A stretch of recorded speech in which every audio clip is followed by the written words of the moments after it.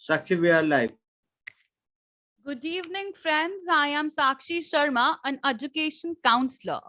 I welcome you all in the fifth session of Ask the Expert. So, Ask the Expert is a session which is focused towards undergrad students who are looking for post graduation colleges or courses or future in it. So, we understand when it comes to career, you all have many doubts and queries. So, we will be answering all your questions and doubts in this YouTube live with our expert, Mr. Gautam Kaul. So, Mr. Gautam Kaul is an alumni of IIT Delhi and IIM Ahmedabad. He have 30 years of experience in hardcore FMCG and 18 years in academics. Professor Kaul started his career with Rajasthan spinning and weaving mills. He have been there from a long period of time since he is coaching and mentoring students for post graduation or for the future. Now, Mr. Gautam Kaul will be assisting you with all the informations you needed for your career. Welcome, Mr. Gautam Kaul. Thank you, Sakshi. Thank you for a very generous and warm introduction. And I fear you may have very certain expectations, which I will try and fulfill. Let me add, this is always a great pleasure to interact with young students because that reminds me of my own days, and I look forward to a very productive and engaging sessions. Right. So, sir, we will be starting with our questions which have been given to us by the students. They have Mhm. asked from the different portals. So first question come up over here from Manisha. So she asked, good evening, sir. Can you please tell me what is the difference between MBA and PGDM? Which one is better for corporate sector? Manisha, yes, it's a very pertinent question and a very typical question. Let me at the very outset say that the difference is just in terminology and nomenclature. In Indian conditions, it is the universities which give a degree, and therefore, Masters in Business Administration MBA is given by universities, whereas there are so many other institutes which are not legally in a position to give a degree, and therefore they give a diploma. However, from the industry point of view, an MBA and a PhD does not make the slightest difference. I repeat, does not make the slightest difference because corporate sector looks at the brand value of the institute and the quality of the institute. To give you an example, even 50 years after their existence, IIMs are not giving a degree, they are giving a diploma. Let me conclude by pointing out why is it that some students still go for a degree. It often happens that some students, after passing out an MBA, prefer to go into teaching, for which thing a master's degree is very essential. Also, reason number two, some public sector units, some old banks and all have not changed their rules, and still they therefore insist on a degree. And lastly, lot of girls, after passing out, after a few years, जब शादी हो जाती है, they go abroad, in which case they want to study further, and then a degree is essential. These are some instances where a master's degree helps you. Otherwise, in Indian conditions, the difference between industry does not give the slightest importance whether it's a MBA or PGDM. Right, right. Well said, sir. So we're having next question from Pulkit from Instagram. So is it wise to do post graduation this year, looking at prevailing uncertainties? And will there be online classes or offline classes? Pulkit, you remind me of a very old saying that I read somewhere quite some time ago in Reader's Digest. Right now is a very good time. Pulkit, things like pandemic and such things always come. They're endemic. They come, they go. It is what matters is your response to them. Are you stepping back and being acted upon by the circumstances? Or are you saying to yourself, yes, I have it in me to overcome? And don't forget, Pulkit, that things are very competitive today, and therefore, by opting to stay out because of whatever reason, pandemic, etc., you may be making a major judgmental error and losing out in an year. As far as your online, offline classes are concerned, let me be very frank that offline classes on premises are any day much better because you're interacting with human beings, there are friends, and there is a totally different ambience and further, a totally different ambience and culture out there. However, my hunch is that very shortly we are likely to have a combination of online and offline classes depending on the pandemic situation. So, most likely it's going to be a hybrid situation. That's the best work I can think of, this combination of online and offline classes. Okay, moving towards next question. So, hi Harshita. So, how one can become an assistant professor after completion of post graduation? I am currently pursuing my post graduation PGDM and I want to become an assistant professor. Harshita, from your question, it seems that the corporate sector does not fascinate you so much, which is perfectly all right. You are entitled to your views and judgment. If you want to take over to academics, now remember you'll be going in an MBA course where the entire course has a practitioner's perspective. So after passing out from PGDM, please remember that a certain amount of work X, say 3 to 5 years in industry, will give you a solid base. Otherwise, when you are in class, your lack of industrial experience will stand out and it may not be the best of things to do. Having had a 3 to 5 year industrial experience in the corporate sector, please remember that if you have to go move ahead in academics, you must do PhD from a very good institute, and success in academics is depends a lot on research and the research articles that you publish. So the best route for you would be after doing a PhD, do a work extra 3 to 5 years, opt for PhD, and move into research and publication. Then nobody can stop you from rising. Very nicely said, sir. Moving towards next question. This question is asked by Vipul from YouTube. What should I go for? Business, PGDM, or MBA? Or should I drop this year and go for next year? So I think this is the most asked question, whether should I go for business or for PGDM? So yeah, over to you, sir. Vipul, what you're talking about is basically entrepreneurship. Okay, PGDM or MBA are synonymous. If you do it from a university, you get an MBA degree. If you do it from any other leading institute, which is not affiliated to AICT or UGC, you will get a PGDM. So now, even if you want to go in for a business, which is very good, please remember a sound base in an MBA is very, very essential. After that, before you venture into business, I would strongly suggest that hang on, work in a good company for 3 to 5 years to get to know the ropes. What are the actual things that you face in a work situation? You will learn, and after say about 5 to 7 years of work X, by all means venture out into your own business, whichever area appeals to you.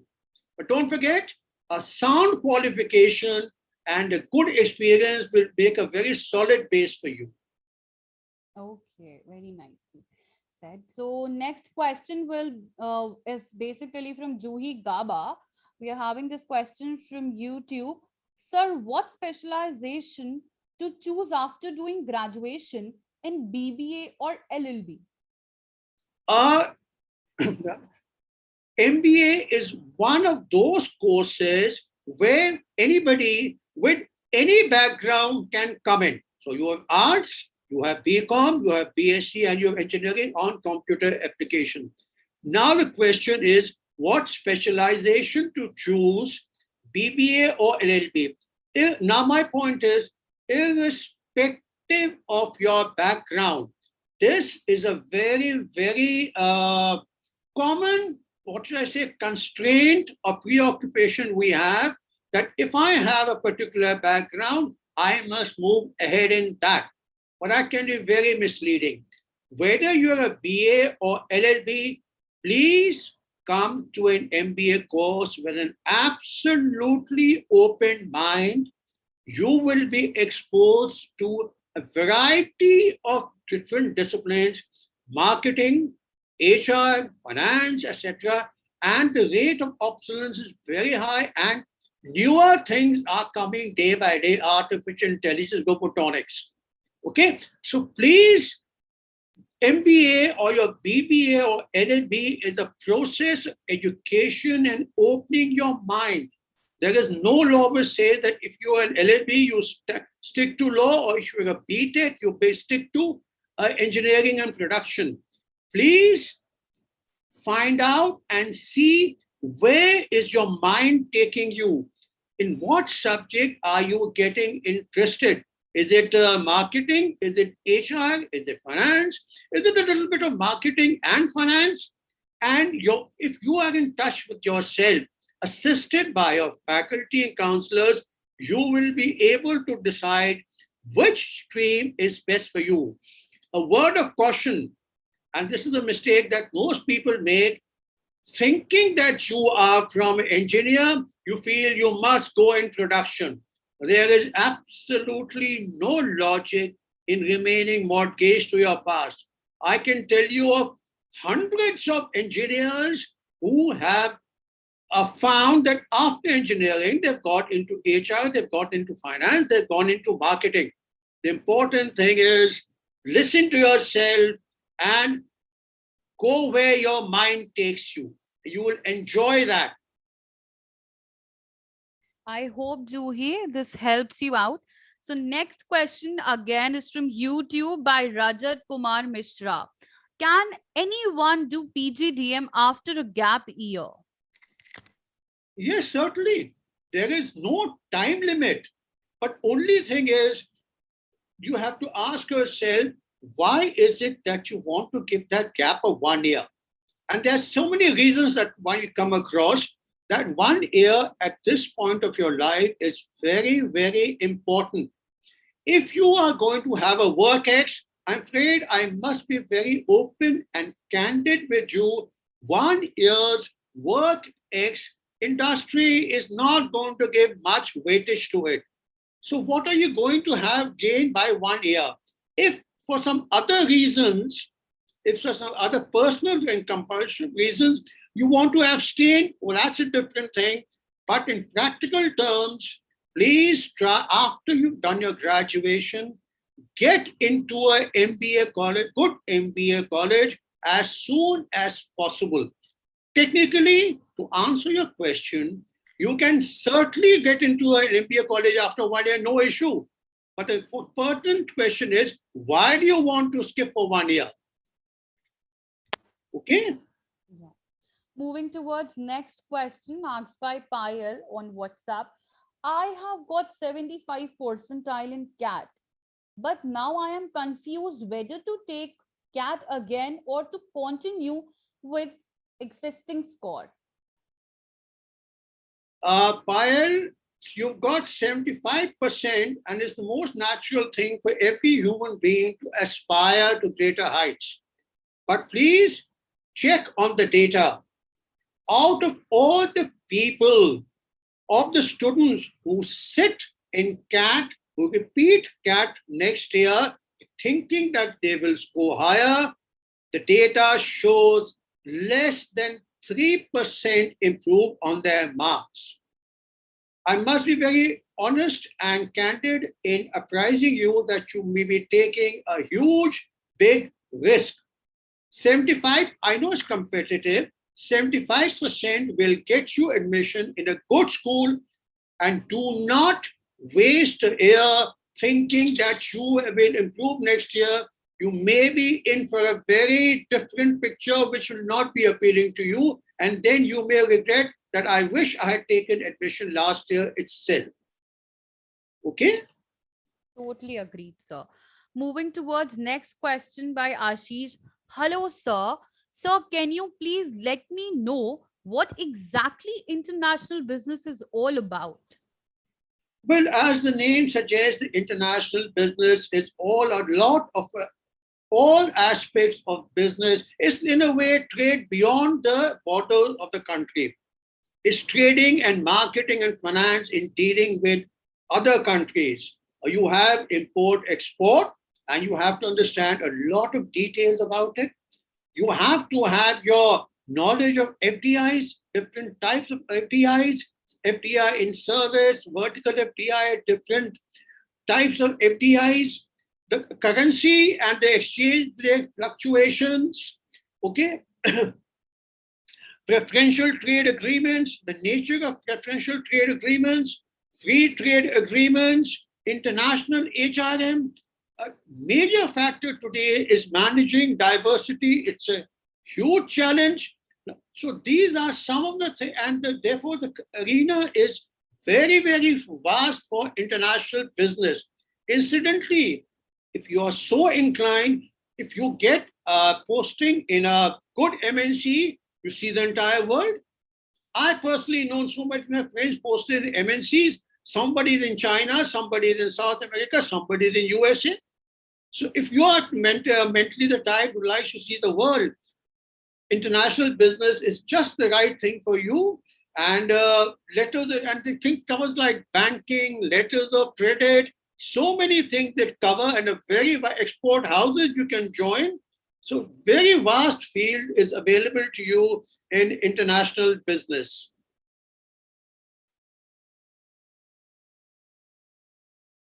Hope that answers your question. Okay. So moving towards next question. So this question is also, on international business. So this question is raised by Ria. Ria wants to know what is the scope of international business in India and which company are best for internship for IB? We are just as I answered Ashish a short while ago. Indian economy, as you know, is now coming out of the troubled times that we saw in pandemic, and almost all rating agencies are predicting a very handsome growth. Also, Indian economy, as it rebounds, will be highly export-led. So there is a tremendous scope for international business. And almost in every country, the India, and there are so many FTAs and PTAs that are in the offing. India is now exploring, is about to conclude a FTA with European Union. Is going to conclude FTAs with so many other countries. So all these things are going to give a tremendous boost to Indian economy, Indian exports, and Indian international service. As a matter of fact, you must have known, if I may take you back a few years, since 91, just because of liberalization, India has become the back-end office of the entire world and is leading the world in services. The Indians has shown that doing the same job as other countries are doing at a fraction of their cost. Also, if you read now that Indian pharma sector is set to boom as challenging USA. I don't know if you've been reading the papers the last few minutes. India is now being acknowledged as pharmacy of the world. So international trade in textiles, in pharma, in IT, in almost so many sectors, the international business is set to boom. And so if you jump in, you will be swimming with the current.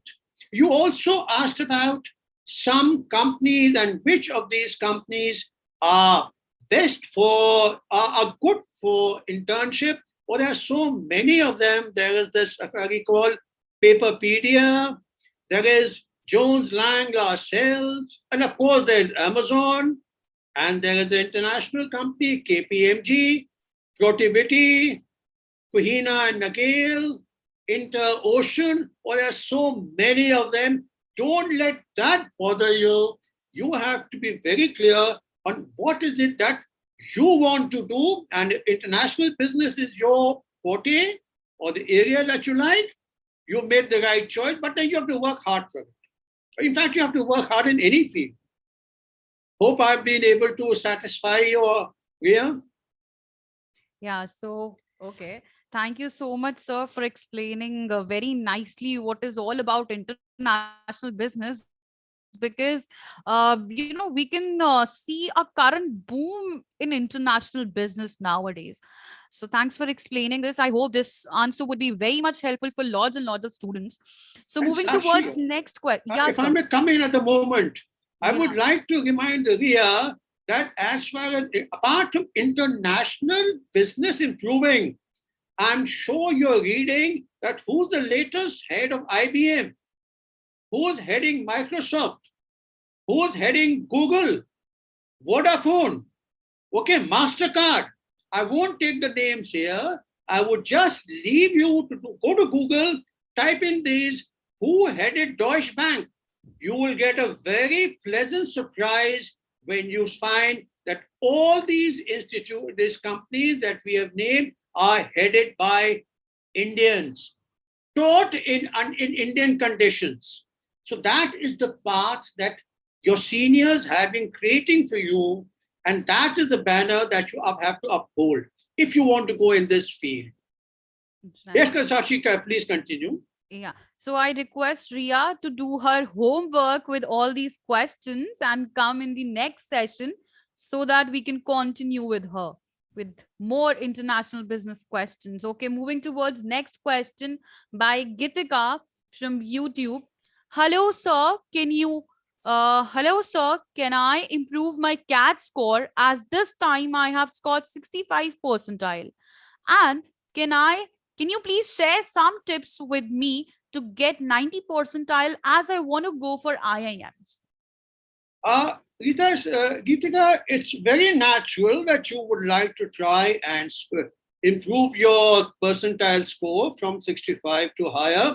But don't forget one thing, you are not the only one who's trying to do that. There are lots of other people who are trying, and there are a lot of first timers also. Okay, so please see the complete picture of trying to improve your CAT score. Okay, now as to answer your question, how can I improve? Well, there are two or three basic things. For CAT, for at exams like CAT, there is only one thing. Gitika, practice and practice and when you are dead tired of practice, continue more practice. It is this practice which will give you speed. It is this practice that will give you accuracy. It is this practice where just by looking at a question, you will be able to answer. So this is how you improve your score. But the question is it worth it? And as I said a minute ago, and to Payal, please don't forget that the data shows that less than 3% of people who repeat CAT in hope of a higher percentile is only less than 3% who are able to improve. And the flip side is that you may have lost 1 year and its consequences. I hope I've presented both sides of the picture. Yes, definitely, sir. So, Gitika, give more and more mock tests, and yes, you can go for it. So, moving towards next question. Next question is asked by Kush. So, he says, is post graduation needed to be successful in 2021? Of course, postgrad, not only in 2021, post graduation things are so competitive today that just a bachelor's degree in any field is just not enough. If we are talking tonight about corporate sector, even in other fields like medicine, an MBBS is not enough. In a and therefore you have to have not only 21. I don't know why you asked 21.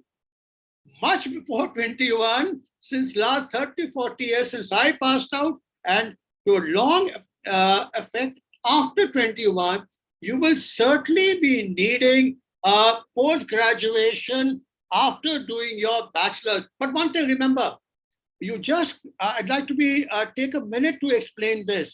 It's just not enough to say post graduation. You have to be clear on what post graduation are you doing. For instance, if you are an engineer and you want to be tech, and if you want to go into corporate sector, then I'm afraid MTech is not going to be of much of a use. Then a combination of BTech and your MBA will help. Okay, so you have got to be very careful that because the industry will wonder, okay, you've done BTech, MTech, how do we use you? Your MTech will help you a lot if you want to go and research in academics. So please study what post graduation you're doing. And for corporate sector, you have so many options of computers, you have a MBA. So cut the story short, yes, post graduation is very much essential, not only in 21, but in good in all the times to come. Okay. Moving towards next question asked by Amit. I am currently in my last year of BTech and I am planning to go for PGDM, but I am confused what specialization I should select and how to cope up with all the commerce subjects in PGDM as I am a student of BTech. Amit, I personally have been in the same boat, and thousands of engineers have been in the same boat that you now find yourself. In fact, you seem to be quite concerned that being a BTech, not being exposed to other subjects like commerce may prove to be a problematic area. So let me first put your doubts at rest that your being a BTech does not in any way, and I can assure you, will not cause the slightest problem in your learning finance and accounts. It comes in very easily. In fact, the MBA course, the MBA cases that you will be doing are so designed that even if you've not, that being an engineer and not having studied finance and account, you will find that you can pick them up very easily, not only finance and accounts, but other subjects like organizational behavior and HR, you will be able to pick up very, very easily. Now I come to the first part of your question, in which you have said that what specialization I should select. Once again, I'll go back to a question that came towards beginning of the session. Remember, your BTech is an education which has opened up your mind to see and feel things where your mind will take you. Please go for an MBA course with an open mind, or study all the subjects in first semester and second semester of finance, accounts, OB, research methodology. There'll be so many of them which you've not studied before, and you'll find that yourself being drawn towards something else. It's a question of being in touch with yourself, and you'll find that you may be getting drawn towards marketing, towards finance, towards HR. So be it. Just be careful of the notion that most of you have at this time, that being an engineer, I must somehow continue in engineering. There is no law which says that. Follow your mind, follow your instinct, and you will come to know very soon what is it that interests you. You can talk to your faculty. They'll be counselors, and they'll guide you. Listen to yourself, and you'll know what line to follow. Right. So students, this would be my last question. So if there is any other question, you all have 5 minutes left. You can question us on YouTube. So sir, this will be the last question. So Mr. Shobit from YouTube is asking, I am pursuing MBA and completed my first year. My specializations are HR and marketing. In second year, third semester, I am interested in public sector job in HR. How should I prepare? First of all, okay, if you are doing HR and marketing, please prepare first of all your domain knowledge. Okay, the latest things that are happening in Asia, you should be when your interviewer comes for the public sector or any other couple of Shobit, you must be very sound in domain. Whatever HR things you have learned, you must be HR analytics, and a lot of new things are emerging in HR. Okay, you must be very, very sound in your domain. HR. Also, it's not enough that just because you are specializing in HR, that you can downplay other domains. No, you are not expected to know the details of finance and marketing, but in the interview, your managers may like to know to what extent are you a rounded person, and therefore they may just talk something on related subjects like market and finance, etc. So domain and related subjects. Second, current affairs. Okay, most of the people in the pressure do not read the current affairs. Okay, so please be very well versed. Keep reading not only newspapers and also watch TV so you know that what is happening in current affairs. Okay, and one thing, whenever you are, I'm giving you a tip, whenever you go for an interview, please do some elementary reading on the company. The company people who interview certainly do not expect you to have done a PhD on the company, but go to the website, just read something, and during the questionnaire, try to bring that issue. You are sending a signal that before coming to the interview, you took the trouble of going and seeing their website and learning something about the company. It's a very, very positive thing that you will be for which you will be very respected. Last point, please, the JD job description will be given to you well in advance. Study it carefully, and just in the interview, ask some very pointed questions about JD. So, what does this mean? What does this mean? What am I expected to do? Thinking is the first, these questions are the first sign that this boy is thinking, he's done his homework, and that will differentiate you from others. You asked about HR, but this approach is valid for any job. And I hope that you're feeling more confident about applying for HR now. Yeah, right, sir. So, Shobit, I think sir have given you a lots and lots of tips. Now you make and prepare yourself for HR, and all the best for your HR, job and everything.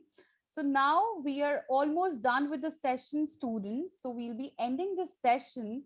So you make and note it down my number so that if you still have some questions in your mind, you can WhatsApp me. And in the very next session, we're going to continue with those questions.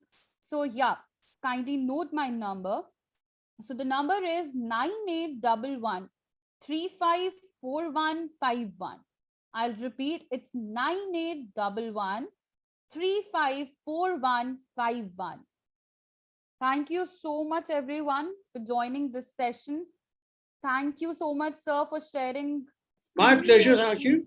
It was pleasure, with sharing such a big platform with you. and being live on the YouTube channel with you.